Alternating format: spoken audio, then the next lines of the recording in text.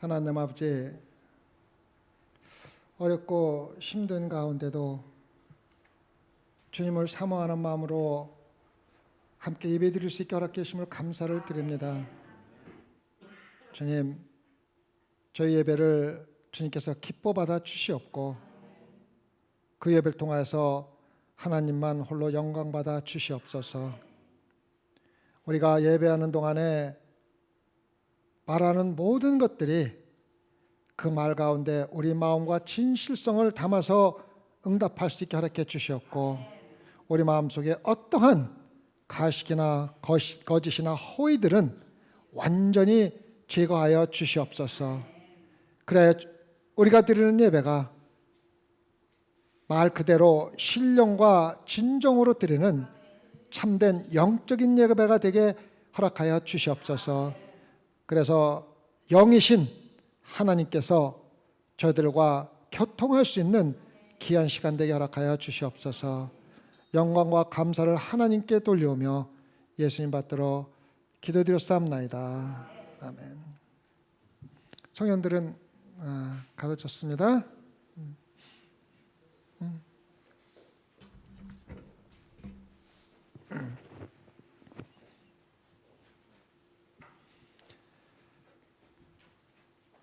진실되고 정직하게 사는 사람을 찾기가 매우 힘든 세상에서 우리는 살고 있습니다. 진실되고 정직한 것보다는 거짓과 가식과 의선이 더 많은 세상에 살고 있습니다. 직장에서, 가정에서 어디든지 인간이 살고 있는 곳에는 거짓이 없는 곳이 없습니다. 많은 부모님들이 자신들의 자녀들이 자기에게는, 부모님들에게는 거짓말을 하지 않을 것이라고 생각하지만 놀랍게도 자녀들의 86%가 부모님에게 정기적으로 거짓말을 한다는 통계가 나와 있습니다. 나의 배우자는 나에게 정직할 것이라고 생각하지만 결혼한 부부의 69%가 배우자에게 거짓말을 하며 산다는 통계도 있습니다. 어쩌면 이 말을 듣고 부모님들은 실망할 수도 있고 배우자들은 또 다른 배우자를, 자기의 남편이나 아내를 의심할 수도 있지만은 이것은 우리가 속일 수 없는 통계 자료입니다. 그리스도인들도 세상과 별로 다르지 않습니다. 적 스웬들 목사님이 성도들에게 다음 주에 정직성에 대해서 설교를 할 것이라고 쓴 글을 제가 한번 읽은 적이 있습니다. 이 목사님은 성도들에게 돌아오는 주일에 정직성에 대하여 말씀을 전할 것인데 일주일 동안 여호수아서 25장을 읽으면서 다음에 있는 정직성에 대한 설계 준비를 해달라고 부탁을 하고 광고를 했습니다. 한 주간이 지나서 목사님이 성도들에게 지난주에 정직성에 대한 주제로 말씀을 전한다는 광고를 했다는 것을 다시 한번 상기시켜주고 지난 일주일 동안 여호수아서 25장을 읽은 사람은 솔직하게 손을 들어보라고 부탁을 했습니다. 성도들 가운데 약 반 정도가 손을 들었습니다. 목사님은 잘 됐습니다. 오늘 설교는 손을 든 사람들을 위한 말씀입니다라고 설교를 시작했습니다. 이유는 여호수아서는 24장이 마지막이고 25장이 없습니다.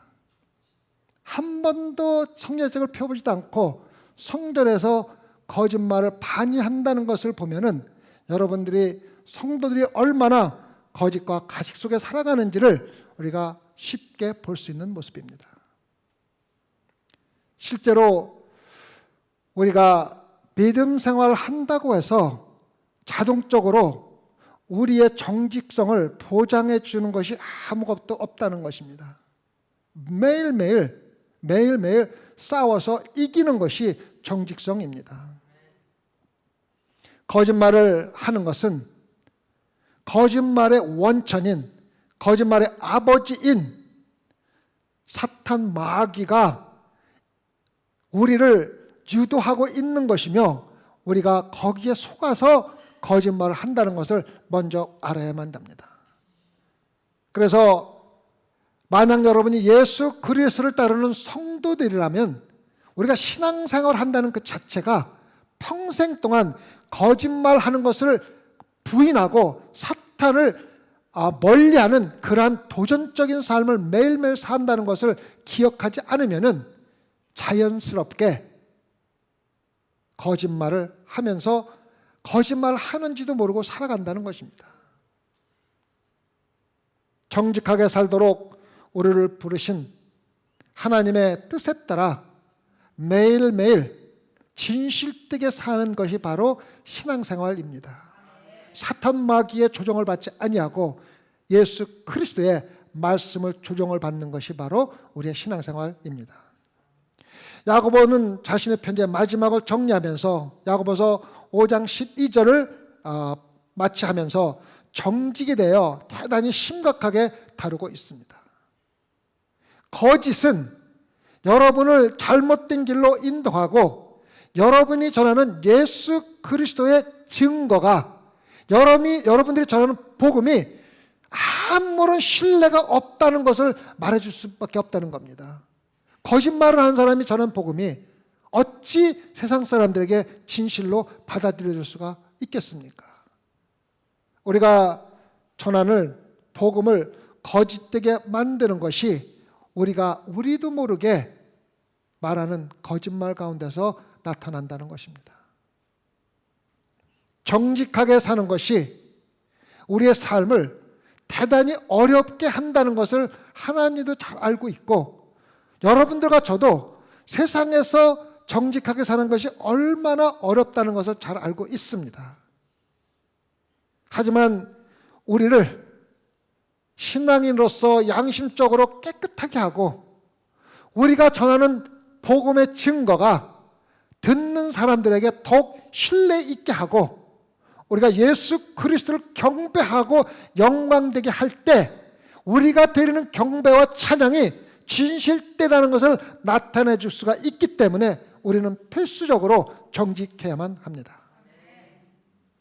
야고보서 5장 12절을 보면 영적으로 인내하는데 꼭 필요한 요소 가운데 하나로 하나님과 모든 사람들에게 정직하게 행하는 것을 이야기하고 있습니다. 12절, 내 형제들아 무엇보다도 맹세하지 말지니 하늘로나 땅으로나 아무 다른 것으로도 맹세하지 말고 오직 너희가 그렇다고 생각하는 것은 그렇다 하고 아니라고 생각하는 것은 아니라 하여 정죄함을 면하라. 우리가 이 구절을 언뜻 보면은 오늘 설교의 제목인 언제나 정직한 삶과 별로 관계가 없는 것처럼 보입니다. 하지만 여러분들이 제 설교를 마칠 때가 되면 이 구절이 믿는 성도들의 정직성에 대한 말씀이라는 것을 깨닫게 될 것입니다. 오늘 이 한 구절의 말씀이 우리에게 해서는 안 되는 것과 꼭 해야 되는 것과 그리고 마지막으로 우리에게 심판의 경고를 해주고 있습니다. 야고보는 먼저 해서는 안 되는 것에 대해 이야기합니다. 내 형제들아 무엇보다도 맹세하지 말지니 기록하고 있습니다. 하지 말라는 것을 먼저 이야기해 주고 있습니다. 이 말씀은 많은 사람들이 해석을 잘못하는 말씀 가운데 하나입니다. 이 말씀을 잘못 해석하고 잘못된 신앙적인 관행을 가진 사람들이 대단히 많이 있습니다. 영국의 신앙인 가운데 모르비안들은 굉장히 신앙적으로 산 대표적인 인물들 중에 하나입니다. 그 다음에 퀘커들은 이 말씀을 잘못 해석하고 결혼의 서약이나 법정에서 서약이나 안수를 받을 때 하는 모든 서약을 포함해서 절대로 서약이나 맹세를 하지 말라는 뜻으로 해석해서 자기들이 신앙생활을 하면서 절대로 어떤 다짐이나 서약이나 맹세나 행하지 않는 관행을 지켜온 그룹들입니다. 실제로 오늘 말씀 야고보서 5장 12절은 마태복음 5장 34절과 37절에서 예수님이 산상수훈에서 직접 하신 말씀을 예수 그리스도의 동생인 야고보가 인용하고 있을 뿐입니다. 이 말씀을 깊이 생각하지 않고 언뜻 보면 맹세는 믿는 자들이 절대로 해서는 안 된다는 하나님의 말씀처럼 보입니다. 하지만 성경은 많은 충실한 종들이 실제로 맹세를 한 것에 대해서 기록하고 있습니다. 여러분이 잘 아는 아브라함과 이삭은 모두 믿지 않는 사람들과 거래를 할 때 맹세를 했고 약속을 충실히 지키는데 하나님을 증인으로 불러서 세웠습니다. 창세기 21장 23절에 너는 나와 내 아들과 내 손자에게 거짓되이 행하지 아니하기를 이제 여기서 하나님을 가리켜 내게 맹세하라. 창세기 26장 26절에 우리와 너 사이에 맹세하여 너와 계약을 맺으리라 하였노라.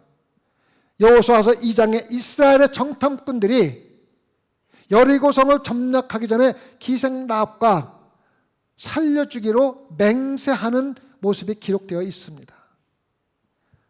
신약에서 사도행전 18장 18절에서 사도 바울의 서약이 기록이 되었습니다. 우리가 이러한 모든 성경 말씀을 실제로 읽어보면은 하나님께서는 맹세를 허락하셨을 뿐만 아니라 하나님의 뜻과 목적에 합당하게 맹세를 하고 맹세를 지키는 것에 대해서 절대로 금지한 적이 없습니다. 그래서 분명히 말씀을 드리지만 이 구절에서 야고보는 어떠한 서약이나 맹세나 하나님으로 맹세하는 것을 금지하는 것이 아닙니다.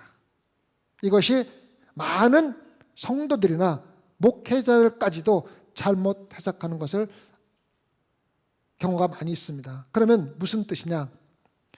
거짓을 감추기 위해서 또는 거짓을 합리화하기 위해서 거짓으로 맹세를 악용하는 것을 금지하는 것입니다.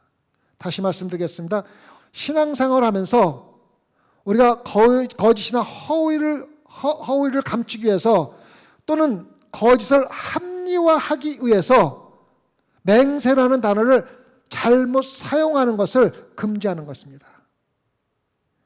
이것을 우리가 이해하기 위해서는 그 당시 유대인들이 맹세에 대해서 어떻게 알고 있었는지 제도를 우리가 이해를 해야 되고 맹세를 하는 구조를 우리가 이해를 하면은 이것이 왜 그런가를 알 수가 있습니다. 신학시대에는 맹세가 속이고 거짓말을 행하는데 도구로 사용되어 왔습니다.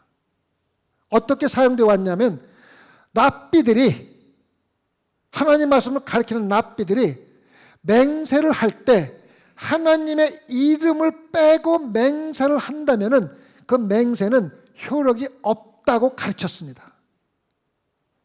그리고 자신들이 다른 사람들과 거래를 할 때 의도적으로 하나님의 이름을 빼고 맹세를 하고 나중에 그 계약을 지키지 않으면서 법적으로 아무런 하자가 없다는 의미로 악용해서 사용해서 실질적으로 법적인 책임을 회피하는 데 사용하는 데 맹세를 사용했습니다.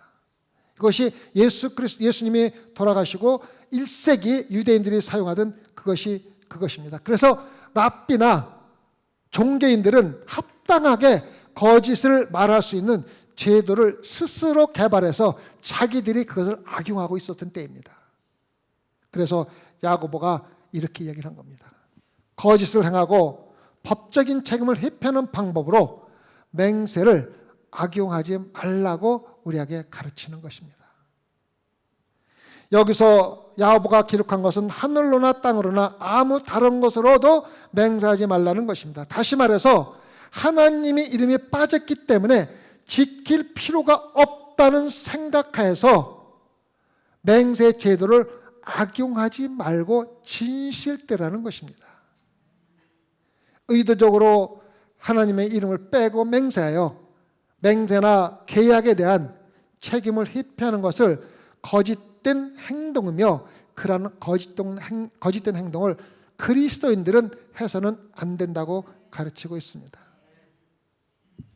믿는 자들에게는 맹세에 또는 우리 약속에, 우리의 계약에 하나님의 이름이 언급되어 있든 되어 있지 않든 정직하게 반드시 지켜야 한다는 의미입니다.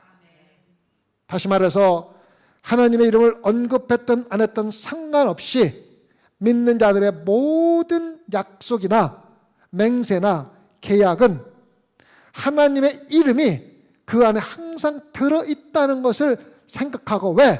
우리가 그리스도인이기 때문에, 하나님의 아들이기 때문에, 하나님의 명령이 그 안에 있기 때문에 들어가 있다는 걸 인식하고 반드시 정직하게 지켜야 한다는 것이 야고보의 말입니다. 절대로 맹세를 해서는 안 된다는 의미의 말씀이 아니라, 믿는 자들에게는 실제로 항상 정직해야 되기 때문에 맹세라는 단어가 들어가 있든 말든 아무런 상관이 없이 내가 한 약속이나 계약은 철저하게 지키겠다는 것을 이야기해 줍니다. 제가 세상에 살아가면서 대화를 할 때 많은 사람들이 이런 얘기를 합니다. 실제로 대화 가운데 맹세나 서약이라는 단어를 집어넣는 경우가 참 많습니다. 내가 하나님으로 맹세하는데 진실로 말한다든가 뭐 이런 얘기 많이 들어보셨지 않습니까?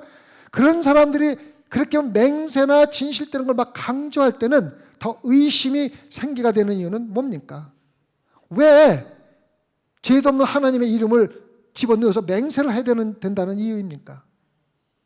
진실을 말하는데 왜 하나님이나 맹세는 꼭 나를 꼭 넣어야만 된다는 의문이 생기는 겁니다.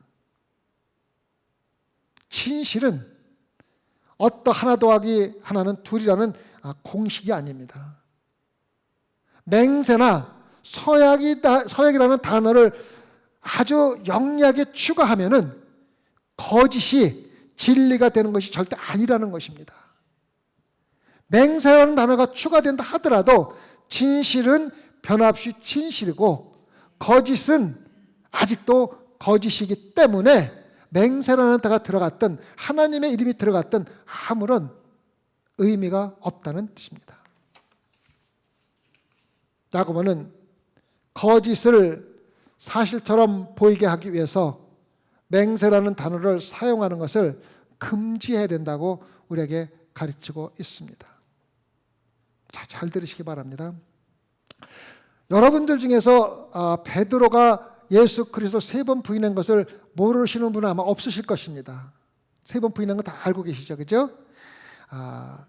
베드로가 예수님을 부인할 때 정확하게 이 맹세라는 단어를 사용했습니다. 마태복음 26장에 기록된 그 대제사장 정원뜰에서 예수님이 잡히시고 예수님이 밤새도록 신문을 받고 있을 동안에 베드로는 어디에 있었습니까? 뜰 밖에 있었습니다. 베드로는 예수님이 잡히시기 전에 예수님에게 뭐라고 약속했습니까? 어떤 경우에도 내가 죽더라도 절대로 주님을 버리지 않겠다고 약속을 했습니다. 기억하시죠? 약속을 했어요. 약속입니다. 다른 제자들 앞에서 내가 주와 함께 죽을지언정 주인을 부인하지 않겠나이다 열정적으로 약속을 하고 맹세를 예수님께 했던 것입니다. 기억하시죠? 그리고 지금 예수님은 어떻게 됐습니까? 체포되고 비참하게 신문을 받고 있고 사람들로부터 조롱을 당하고 있습니다. 이때 바깥들에서 한 여종이 베드로를 보고 너도 갈릴리 사람 예수와 함께 있었단 말을 하게 됩니다. 베드로는 어떻게 합니까? 부인을 합니다. 일반적으로 부인합니다. 나는 내가 무슨 말을 하는지 알지 못하겠노라. 부인을 합니다. 주님을 부인하지 않겠다고 예수님이가 철저하게 약속을 한 후에 예수님이 붙잡혀 신문을 당하시고 나도 붙잡혀 죽게 되어 있는데 예수 그리스도 한 약속을 지켜야 하는지 아니면 약속을 버리고 도망가야 하는지를 생각하면서 고민을 하고 베드로가 공회문으로 들어갑니다.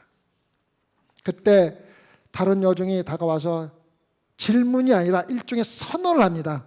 이 사람은 분명히 나사렛 예수와 함께 있었도다라고 말을 합니다.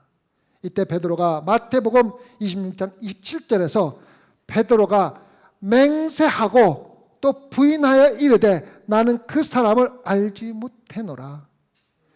베드로는 자신의 거짓말을 진실처럼 만들기 위해서 맹세라는 아주 강력한 단어를 추가해서 부인을 했던 것입니다. 기억하시죠? 그죠? 계속해서 마태복음 26장 73절을 보면 조금 후에 곁에 섰던 사람들이 나와 베드로에게 이르되 너도 진실로 그 도당이라. 내 말소리가 너를 표명한다 하거늘 그가 베드로가 잘 들으시기 바랍니다. 저주하며 맹세하여 이르되 나는 그 사람을 알지 못하도라 하니 달기 곧 울더라. 더 강하게 거짓을 부정하기 위해서 저주와 맹세라는 단어를 함께 사용한 것이 바로 사도 베드로입니다. 놀랍게도 마태복음 26장에서 베드로가 사용한 맹세라는 단어가 오늘 야고보서에서 나오는 5장 12절에 사용한 맹세와 원본에 똑같은 단어입니다. 똑같은 단어로 쓰이고 있습니다. 베드로는 자신의 거실을 진실처럼 보이게 하라고 맹세라는 단어를 사용하고 있었던 것입니다. 거짓을 말하고 있으면서 내가 진실을 이해하고 있다고 맹세를 하며 말하고 있는 것입니다. 맹세라는 뜻은 내가 이야기하는 것을 하나님이 증거를 해주고 있다는 무서운 단어입니다. 그래서 하나님의 이름을 팔아서 내가 거짓된 것을 감추기 위해서 사용하고 있다는 것을 베드로는 몰랐던 겁니다. 야고보가 오늘의 말씀에서 우리 믿는 자들은 이렇게 거짓을 진실처럼 보이게 하기 위해서 맹세를 해서는 안 된다고 가르치고 있는 것입니다.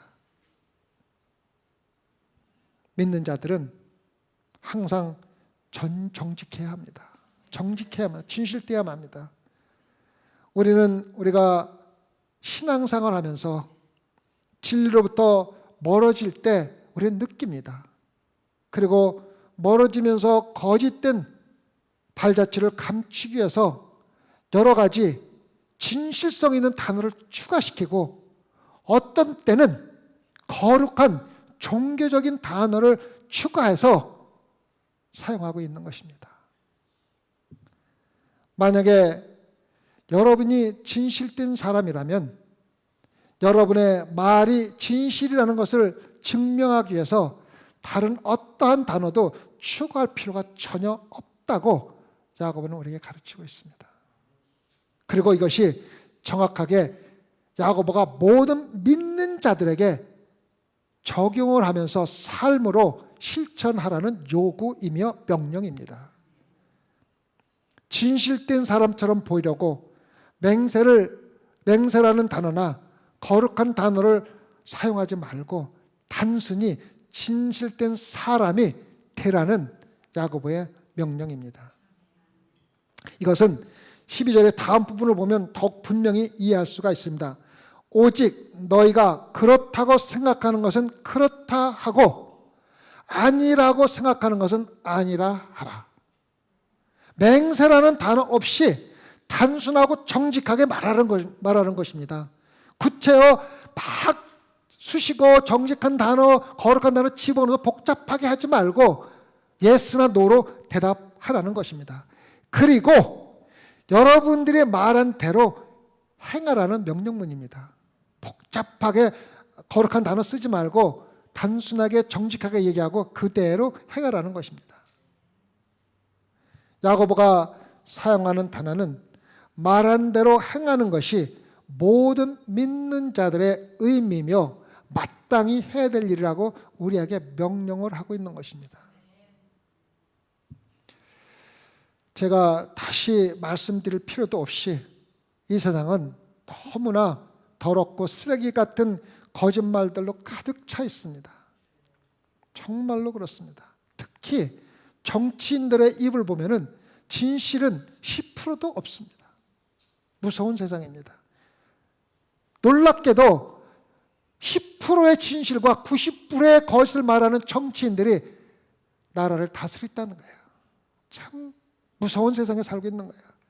거짓말을 거침없이 하는 사단에 의해서 통제를 받고 있는 일반적인 세상에서 우리는 살고 있습니다. 우리가 인정해야만 합니다.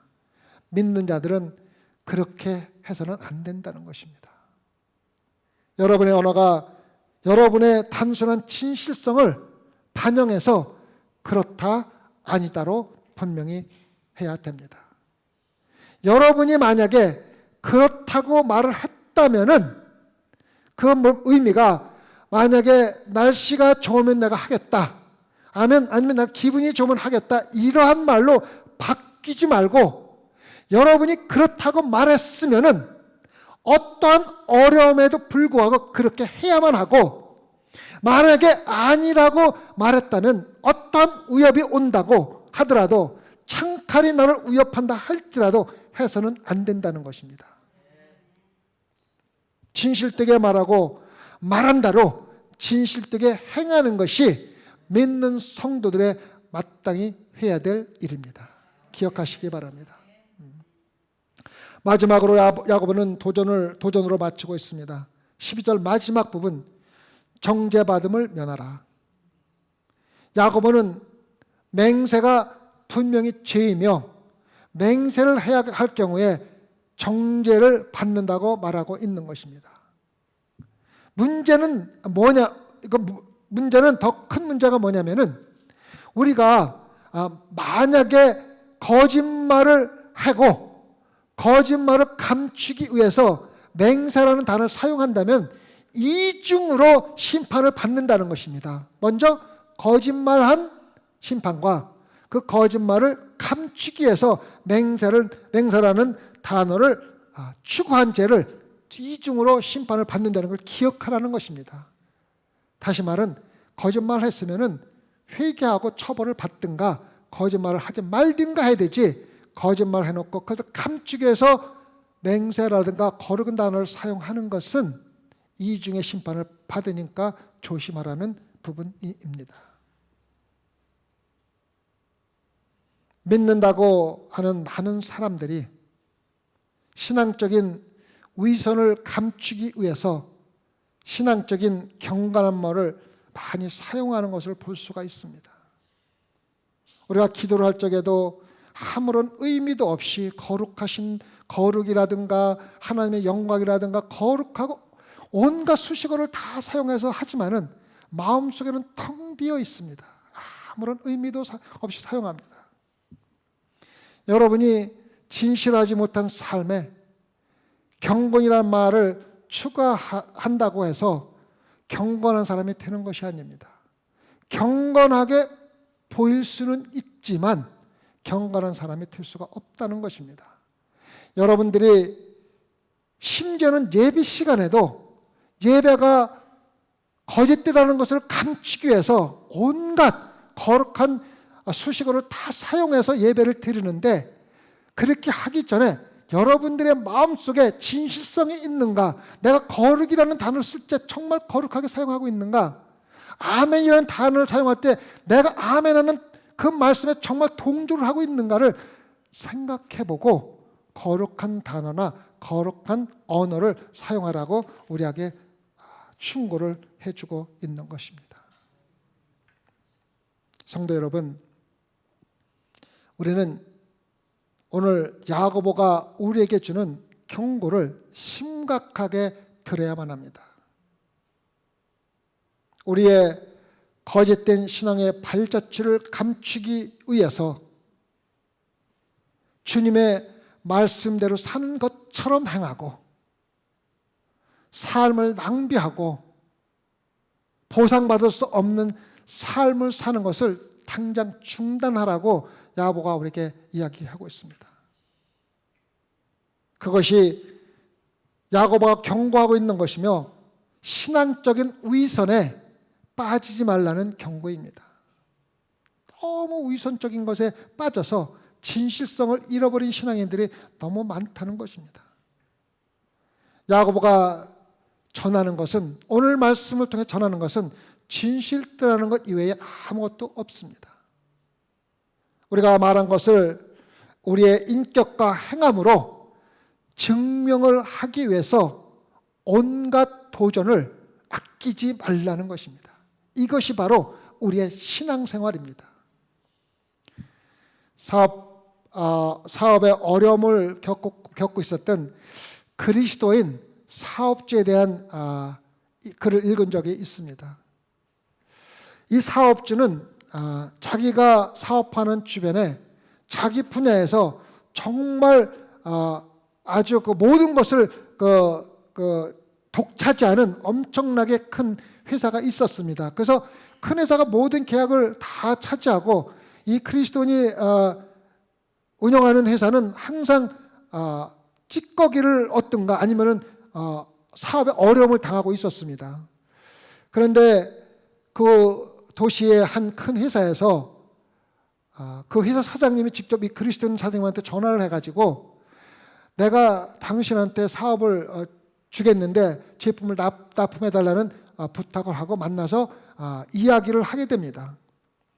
이야기를 하는 도중에 이 회사 사장님이 그리스도인 사장님에게 납품해야 될 날짜가 정해져 있다는 것을 알려줍니다. 그런데 이 그리스도인 사장님이 아무리 계산을 해봐도 자기가 가지고 있는 제한된 인원과 시설로는 사장님이 요구하는 것보다 1주 내지 2주는 더 걸리겠다는 계산을 나왔습니다. 대화 가운데 그 약속을 듣고 이 사장님은 고민을 합니다. 그렇게 하겠다고 약속을 하고 1, 2주 연기하면서 적당히 변명을 할 수가 있도록 하는 유혹을 계속 받은 겁니다. 다시 말하면은 약속을 하고 뒤로는 변명할 것을 계획해서 이미 변명해서 준비하라는 유혹을 많이 받고 그 계약을 갖고 싶은 욕심이 참 많은 겁니다. 하지만 그 그리스도 사업가는 그 사장님에게 진실을 말했고 결국은 그 사업을 받지 못하고 더 큰 경쟁자가 계약을 했습니다. 다시 말해서 진실을 말하고 엄청나게 큰 계약을 잃어버린 것입니다. 여러분 생각에는 이 그리스도인 사장이 잘했다고 생각을 하지 않습니까? 그리고 그 결과로 분명히 이 그리스도인이 하나님 말씀대로 했기 때문에 사업이 번창했을 것이라고 상상할 수도 있습니다. 그런데 아닙니다. 그 이후로 2년 정도 어려움을 겪다가 부도가 나고 모든 것을 잃어버렸습니다. 실제 인물입니다. 그리고 이분은 이제 죽어서 이생사람이 아닙니다. 여러분의 생각에 이 형제가 예수 그리스도의 성품을 나타내면서 진실되게 사는 것을 지금 후회하고 있을까요? 여러분은 자신이 정직하게 사는 것을 예수 그리스도로부터 인정을 받는 것이 얼마나 기쁘고 즐거운 일인지 내가 잃어버린 모든 것보다도 가치가 있다는 것을 알아야만 합니다. 왜 우리는 진실을 말해야 합니까? 요한복음 14장 16절에 기록된 대로 예수 그리스도의 성품이 길이요 진리요 생명이기 때문입니다.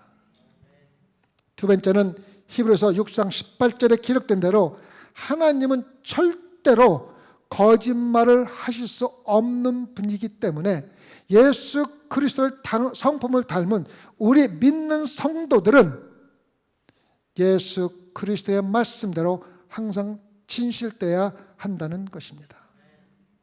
얼마나 심각하게 중요하게 받아들여야 합니까? 성경책은 구원에 대한 약속이지 구원을 설명하는 설명서가 아닙니다. 약속입니다. 하나님으로부터 모든 온 약속을 여러분이 신앙생활 하면서 하나님이 얼마나 지킬 것이라고 생각을 하십니까? 또 여러분들이 하나님에게 몇 개의 약속을 지키기를 원하십니까? 보나마나 모든 약속입니다. 우리가 하나님께서 우리에게 하신 모든 약속을 지키시기를 원하는 것 같이 우리 성도들은 진실되게 모든 약속을 지키는 것을 예수 그리스도가 하신 것과 똑같이 해야 될 만큼 중요하다는 것입니다. 1800년대 말과 1900년대 초에 아프리카 선교하면 영국의 의사 선교사 리빙스톤을 여러분 다 아실 것입니다. 이분은 전에 선교사들이 한 번도 가본 적이 없는 아프리카 대륙의 깊은 내륙으로 복음을 전하고 전하러 간 두려움이 전혀 없었던 선교사였습니다. 이분의 자서를 읽어보면요, 호랑이를 만나서 피한 적이 수없이도 많습니다. 그러면은 그러한 용기가 어디서 온 건지 아십니까? 리빙스톤은 자기가 선교를 하면서 매일 일기를 썼습니다. 자기가 매일 겪고 있었던 엄청난 위기들을 일기를 통해서 기록을 했습니다. 위기가 닥칠 때마다 항상 예수 그리스도의 약속으로 되돌아갔다고 일기장에서 고백을 하고 있습니다. 그 약속이 자신이 가장 좋아하는 말씀인 마태복음 28장 20절입니다. 내가 세상 끝날 때까지 너희와 항상 함께 있으리라는 약속 하나입니다. 그리고 그는 일기에 다음과 같이 기록을 했습니다. 이 약속은 이 세상에서 가장 성스럽고 영광스러운 하나님의 말이다. 그리고 그것이 나에게 필요한 모든 것이지 다른 것은 아무 필요도 없다고 고백을 한 일기장에 있습니다.